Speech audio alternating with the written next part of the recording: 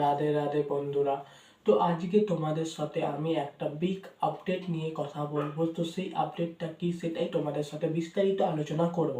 তো আপডেটটা হচ্ছে জিৎ আর প্রসেনজিৎকে একসাথে একই ফ্রেমে দেখতে পারবো আমরা। তো এটা তো এটা একটা নিউজ চ্যানেলের পোর্টাল থেকে প্রকাশিত হয়েছে।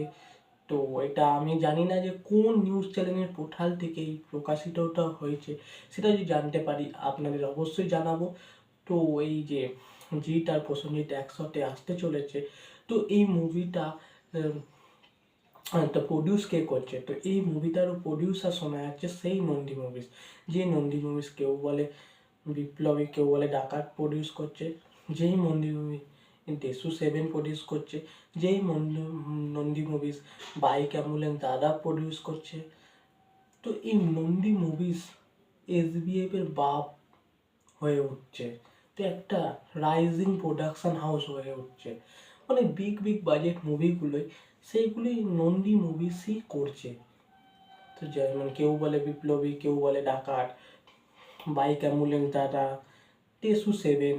তো এইটা নিয়েই হি আছে। আবার তার সাথে এই যে জিৎ আর প্রসেনজিৎকে একসাথে আনার সেই মুভিটাও এই নন্দী মুভিসই প্রডিউস করছে। তো এই মুভিটা ডাইরেকশন কে দিচ্ছে? তো ডাইরেক্টর হচ্ছে এই মুভিটার প্রতীক্ষিতি বসু। তো এই ছেলেটা খুবই ভালো, আর সে একটা সময় রবি কিনাঙ্গির অ্যাসিস্ট্যান্ট ডাইরেক্টর হিসেবে কাজ করতো। এটা তো মানতে হবে যে জিৎ দাকে কেউ ইউজ করতে পেরেছে, তো সেদিন রবি কিনাঙ্গি খুব ভালোভাবে। আর রবি কিনাঙ্গিকে যখন রবি কিনাঙ্গি যখন তাকে প্রেজেন্ট করতো জিৎ দাকে, সে তখন কাজ দিয়ে দেখতো।